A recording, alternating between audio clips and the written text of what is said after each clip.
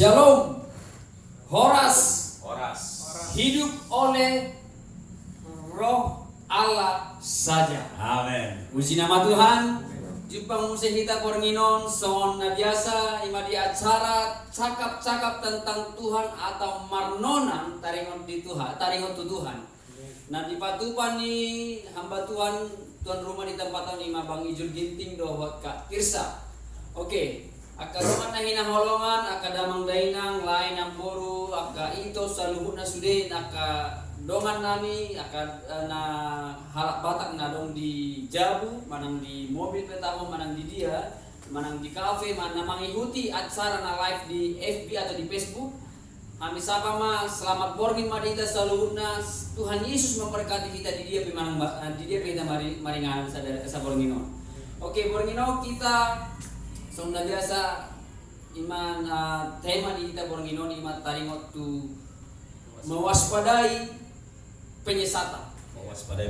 Mewaspadai penyesatan mulut di terjemahon langsung tu bahasa Batakna iman marjaga-jaga unang dili luhon. Iya. Oke. Alana tu meragam lulungain pengajaran na mungkin boy membuat aka pendengar aka luas na bagi hatani Tuhan tentang penyesatan non. Ala gudang don dengan pengajaran na so sesuai tu firman Tuhan, tu hatani Tuhan, tu Alkitab, tu Bibel nata arong nata tiup mungkin sa bornginon.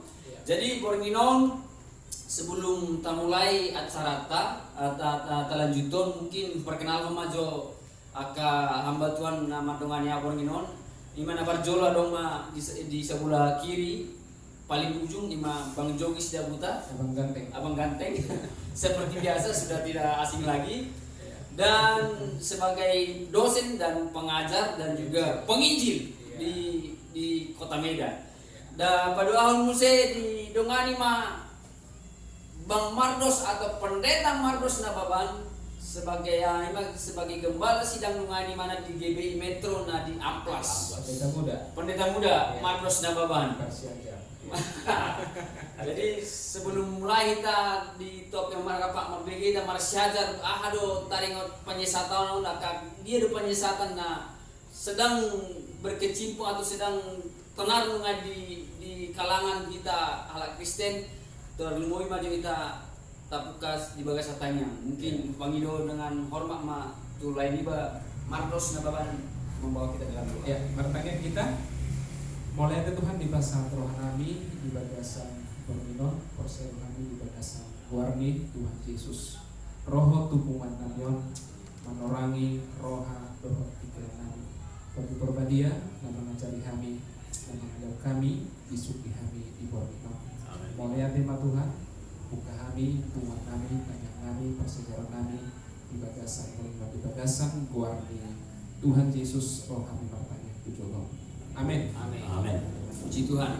Jadi boleh matik kinungai tu partul mungkin Bang Dogi kira-kira ahama na boy mangaliuhon akka rohani ruas di zaman nungai alam macam gurang nungai akka pengajaran akka mungkin hudokon ahama deh dalam mungkin kesaksian mungkin na sesuai standar dohot hata di Tuhan. Pokoknya di bagasat tikyon di akhir zamanon udang go rupa-rupa angin pengajaran. Ya. Nah, itu kan.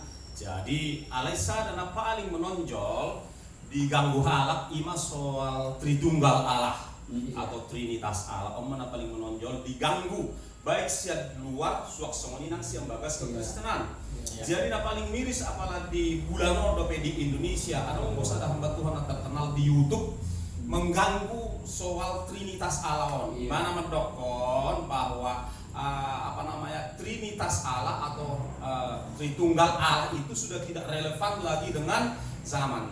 Jadi ini adalah sebuah pendapat yang sangat gegabah di mana pada malam hari ini kita harus ikut meluruskan supaya orang tidak terseret unang gabi terseret halak tu penyesatan nasi songonon. Tadi waktu penyesatan sa jitong nahawa kadongan, gudang kuragam ni penyesatan on. Alay om mana paling utama. Di Bornginon asa jelas anak yang si taring otak tapat orang maju. Oke, jadi padok ni hamba Tuhan on dohot teologia nama backup imana madok bahwa konsep Tritunggal itu sudah tidak relevan. Dukonimus didok nasida bahwa tidak ada tersirat. Ada tengah, jadi mereka dengan berani mengatakan bahwa Tritunggal, perihal atau hakikat atau esensi Tritunggal Allah itu tidak ada tersirat, apalagi tersurat minna. Malam ini borginon ikosigatat tama Alkitab pajuduho tuhita ganuk bahwa memang ada tersirat, ada tersurat. Nah perjolo tersirat. Nah tersirat mengenai Tritunggal. Langsung mata buka siang kejadian sada. Lewat nih kalau orang abang maju ada Tritunggal sih. Ando bentuk orang. Aisyah betul lah simple dok. Dibatasi dulu saja. Puluhan kata. Kan itu kan dibatasi dulu saja. So itu iya akar. Itu simple sebetulnya. Cuma ibarat jol mah jadi vulgar kan begitu. Nah jadi mulut apa Yehud Parjolo bahwa Tritunggal itu sudah ada tersirat di dalam Alkitab. Namun saya harus tegaskan malam hari ini bahwa Tritunggal itu bukan pertama kali tersirat dalam Alkitab. Sebelum ada Alkitab sudah ada hakikat eksistensi daripada Tritunggal Allah. Karena ini sudah ada di dalam kekekalan. Kan begitu. Namun malam hari ini sebagai pedoman kita lihat dari kejadian 1 kan begitu kan? Kejadian 1 yang kita lihat di kejadian 1 ayat 3. Di ayat 1 2 tuh. Bahasa Indonesia saja karena waktu. Bahasa Indonesia saja pada mulanya Allah. Jadi di kejadian 1 di pasal 1 kitab pertama Alkitab nunga di patah dahon adon Allah kan pada mulanya Allah menciptakan langit dan bumi. Allah masuk ayat 2 kan bumi belum berbentuk dan kosong gelap gulita menutupi samudera. Nah muncul pribadi roh Allah. Saya nggak berani mengatakan ini pribadi ketiga atau pribadi kedua karena sesungguhnya Bapa, Anak dan Kudus itu sejajar. Tidak ada urutan nomor 1, nomor 2, nomor 3 di sana. Nah makanya saya katakan muncullah pribadi roh Allah. Ya kalau orang mau mengatakan pribadi kedua terserah atau pribadi ketiga itu hanya sebuah pinjaman kata. Tapi secara hakikat dan esensi bahwa roh Allah bukanlah pribadi kedua atau pribadi ketiga. Dia adalah bagian dari diri Allah itu yang tak terpisahkan. Di sini kita melihat roh Allah. Pertama Allah, kemudian roh Allah melayang-layang di atas permukaan bumi. Masuk ke ayat 3, berfirmanlah Allah. Di sini muncul firman, kan begitu kan? Berfirmanlah Allah. Jadi tiga-tiganya sudah tampil. Hatulut canung tampil sejak di pasal sada Ayat sejak di pasal sada Musai kejadian ini muncul kan. Nah melompat kita tuh Yohanes. Kita lompat dulu Yohanes 1 kan. Ayat sada sampai tolu tong. Ayat sada sampai tolu. Pada mulanya adalah firman. Pada mulanya adalah sang firman, yaitu firman Allah. Kan begitu. Pada mulanya adalah firman yang ada di dalam diri Allah. Kan? Pada mulanya adalah firman. Firman itu bersama-sama dengan Allah dan firman itu Allah. Itu firman yang kemudian diberi Bapa namanya Yesus. Kan begitu kan? Dia adalah bagian dari kata-kata Allah. Kayak saya ini, saya berkata-kata, ini bagian dari diri saya. Demikian juga Allah. Setiap kata-kata yang keluar dari diri Allah itulah firman yang kemudian menjelma menjadi manusia. Perbedaannya kalau hatak udah menjelma menjadi manusia. Allah jelma cipta doktino pak alai kata di debata menjelma menjadi manusia. Kan? Ia pada mulanya bersama-sama dengan Allah ayat 3. Ayat tolu kan? Ayat tolu. Mohon. Oke. Segala sesuatu dijadikan oleh Dia sang firman. Kan begitu ya. Dan tanpa Dia tidak ada sesuatu yang telah jadi dari segala yang telah dijadikan. Nah kita kembali ke kejadian 1 bahwa kesehakikatan. Nah itu mungkin maaf kalau ini nggak sesuai dengan tata bahasa Indonesia terserah lah. Tapi itu yang aku tahu. Kesehakikatan daripada sang Bapa, Anak atau Firman dan Roh Kudus itu sudah ada sejak dari kejadian 1. Nah orang mau katakan ini tersirat, ya terserah lah. Saya nggak mau pusing dengan istilah tersirat atau tersurat. Kalau aku lihat tersurat. Nah itu pula yang kulihat kan begitu. Tapi anggaplah ini untuk menggugurkan pandangan yang mengatakan tidak ada tersirat. Ini ada tersirat. Ini ada tersirat kan begitu kan. Lalu kita akan lihat kemudian di coba kita lihat lagi saudara-saudara di perihal gini ini meluruskan bahwa Allah itu bukan tunggal, bukan one dia. Allah itu dalam diri Allah yang esa itu ada 3 pribadi, jamak dia. Nih jamak dia. Jadi ini begini, kalau saya mengatakan mau percaya silakan, kalau nggak percaya silakan juga. Bahwa sesungguhnya memang di dalam diri Allah satu-satunya Allah yang menciptakan langit, bumi dan segala isinya. Kan nggak ada 2 Allah, kan begitu? Hanya ada 1 Allah. Allah yang satu tersebut, di dalam Allah yang satu tersebut ada 3 pribadi. Ada sifat jamak. Makanya kalau kita lihat di dalam Kejadian, masih dalam Kejadian 1 ayat yang ke-26, ya. Kejadian 1 ayat yang ke-26 ada di sana kata kita, kan begitu ya? Ya. Kejadian 1 ayat 26 ada kata kita. Di dalam Kejadian 3 ayat 22 juga, mau cepat-cepat ditampilkan. Kejadian 3 ayat 22 juga terdapat kata kita. Kan begitu. Jadi di situ sudah menunjukkan, bukan lagi indikasi. Saya nggak pakai kata indikasi, itu sudah mulai menunjukkan kepada sang pembaca, si pembaca Alkitab, bahwa Allah itu jamak, bukan tunggal, bukan one, kan begitu ya. Allah itu jamak dia. Ada hakikat yang jamak, ada pribadi yang jamak di dalam Allah yang esa itu. Itu dia. Jadi sini kita berfirmanlah Tuhan Allah, sesungguhnya manusia itu telah menjadi serupa salah satu, seperti salah satu dari kita ada kita, dan seterusnya. Itu secara tersirat, ya, secara tersirat. Nah, sekarang kita mau lihat dulu secara tersurat. Nanti kita akan pecahkan lagi, urai lagi. Ada Bapa, ada Anak, ada Roh Kudus. Tapi sekarang kita mau langsung lihat dulu adanya. Kita mau lihat dulu bahwa pernah tampil secara serentak Bapa, Anak, dan Roh Kudus. Mari kita lihat di dalam Injil Matius ya. Injil Matius. Ya, Matius 4.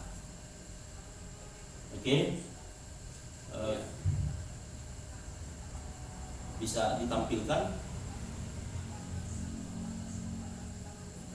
Matius 3. Matius 3 aja. Matius 3 ayat 16 hingga 17. Matius 3 ya. Matius 3 ayat 16 hingga 17. Saya akan bacakan, dan saya minta juga Bapak Ibu Saudara yang ada di rumah, kalau memang mau bacakanlah, simaklah baik-baik. Sesudah dibaptis, Yesus segera keluar dari air. Yesus nih, sang anak nih. Dan pada waktu itu juga langit terbuka dan ia melihat Roh Allah, muncul Roh Allah, tampil Roh Allah di sana. At the same time, pada waktu yang bersamaan.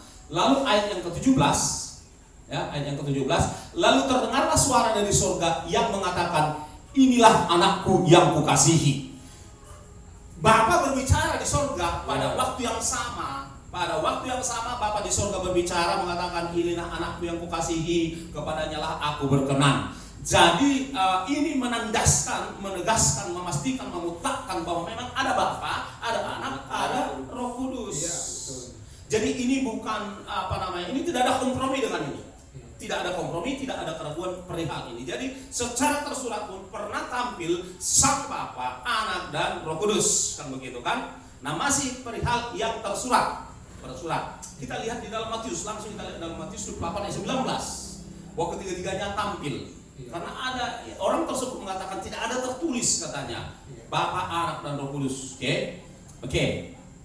Kita akan bacakan. Karena itu pergilah, jadikanlah semua bangsa muridku dan baptislah mereka dalam nama Bapa dan Anak dan Roh Kudus. Tiga-tiganya tampil. Selain tiga-tiganya tampil, aspek apa yang kita bisa lihat di sini adalah aspek nama, bahwa nama ketiga pribadi itu adalah Yesus. Andai kata ada 3 nama, pasti kalimatnya begini: baptislah mereka di dalam nama Bapa dan di dalam nama Anak dan di dalam nama Roh Kudus. Kalau andai kan ada 3 nama, karena memang nama itu cuma satu, maka beginilah kalimatnya: baptislah mereka di dalam nama Bapa dan Anak dan Roh Kudus. Satu dia. Ini jadi ada dua, perihal tampilnya tiga pribadi dan perihal nama. Bahwa Yesus itu adalah nama. Kita lihat dalam Yohanes 17 ayat 11 bahwa Yesus itu adalah nama Bapa. Nama, jadi nama. Yang kemudian memang ketika kita panggil Yesus, Yesus, Yesus, karena yang tampil Yesus, Bapa kita tidak lihat, kita hanya melihat Bapa dalam Yesus. Akhirnya kita merasa bahwa Yesus itu adalah hanya sang anak. Kan begitu. Ini perlu diluruskan dalam pikiran kita. Oke, ya Bapa. Saya langsung kalimat berikutnya. Ya Bapa yang kudus, peliharalah mereka dalam namamu, yaitu namamu yang telah Engkau berikan kepadaku, supaya mereka menjadi satu sama seperti kita. Saya ulangi sekali. Ya Bapa yang kudus, peliharalah mereka di dalam namamu, berarti nama sang Bapa, yaitu namamu yang Kau berikan kepadaku. Nama apa yang diberikan Bapa kepada anak? Nama Yesus. Kapan dikasihnya? Menurut Alkitab. Kapan dikasihnya?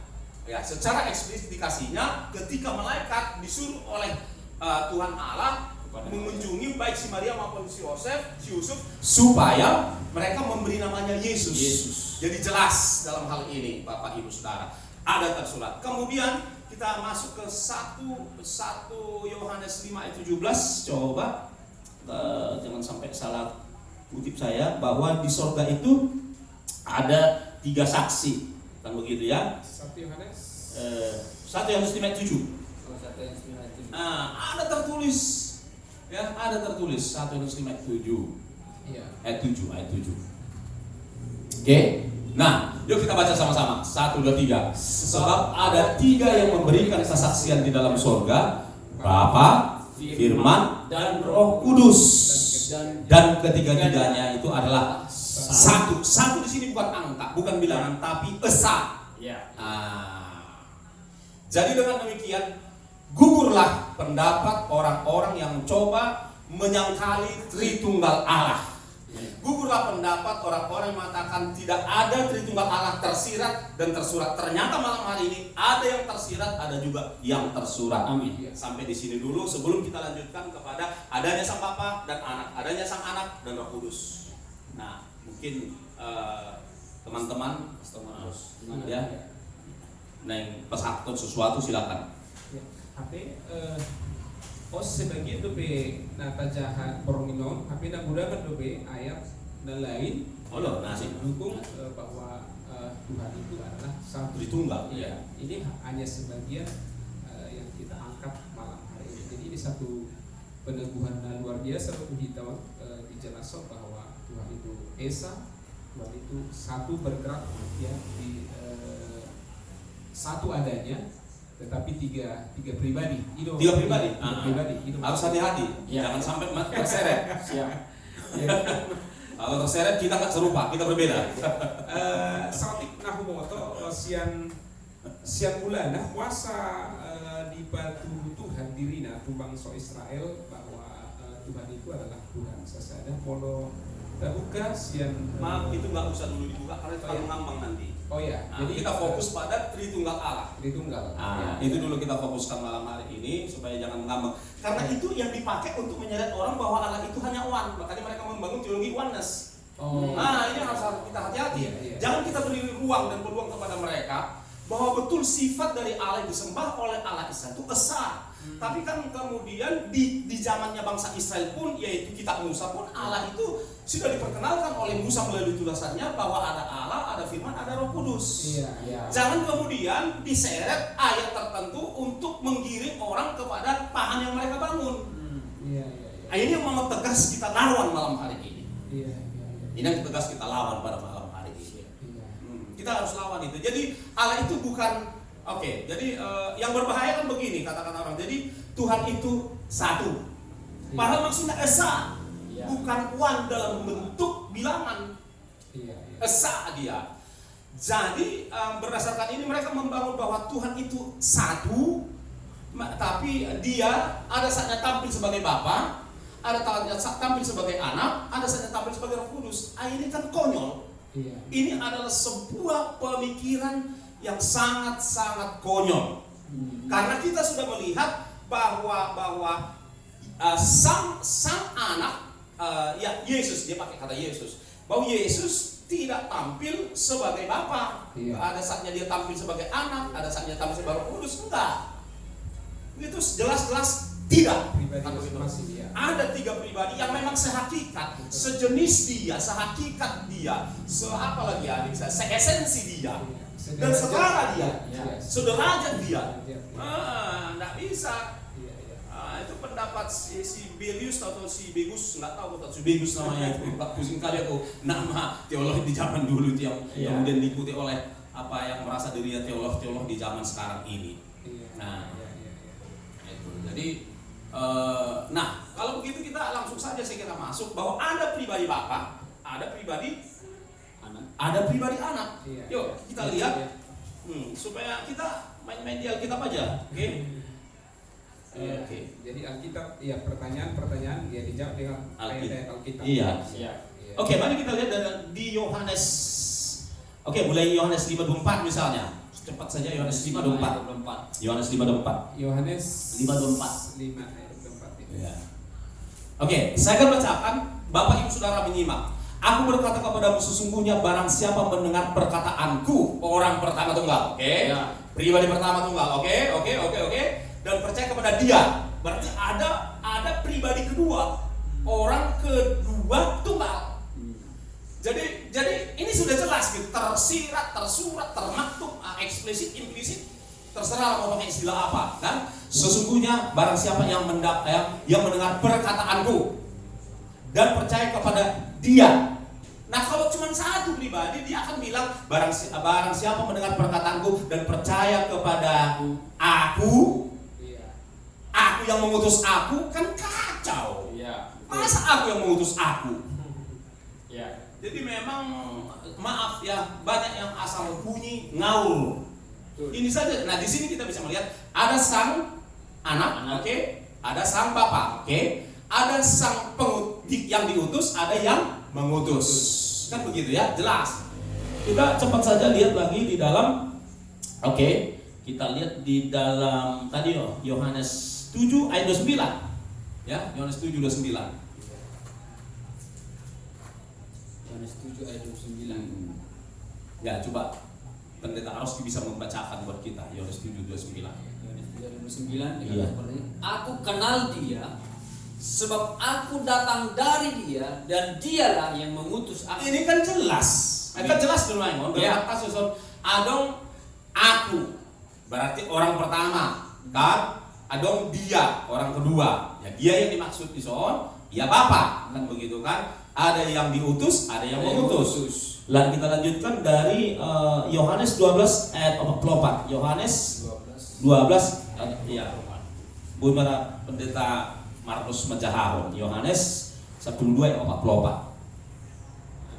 Tetapi Yesus berseru katanya, barang siapa percaya kepadaku, ia bukan percaya kepadaku tetapi kepada dia yang telah mengutus. Nah, kembali kita lihat iso tabeleng muse bahwa adong na mengutus, adong na diutus.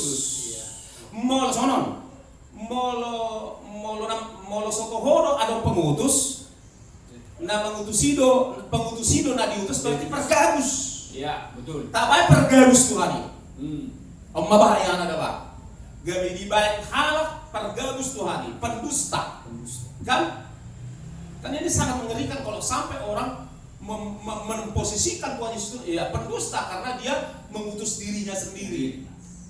Padahal ada sang pengutus, ada yang diutus.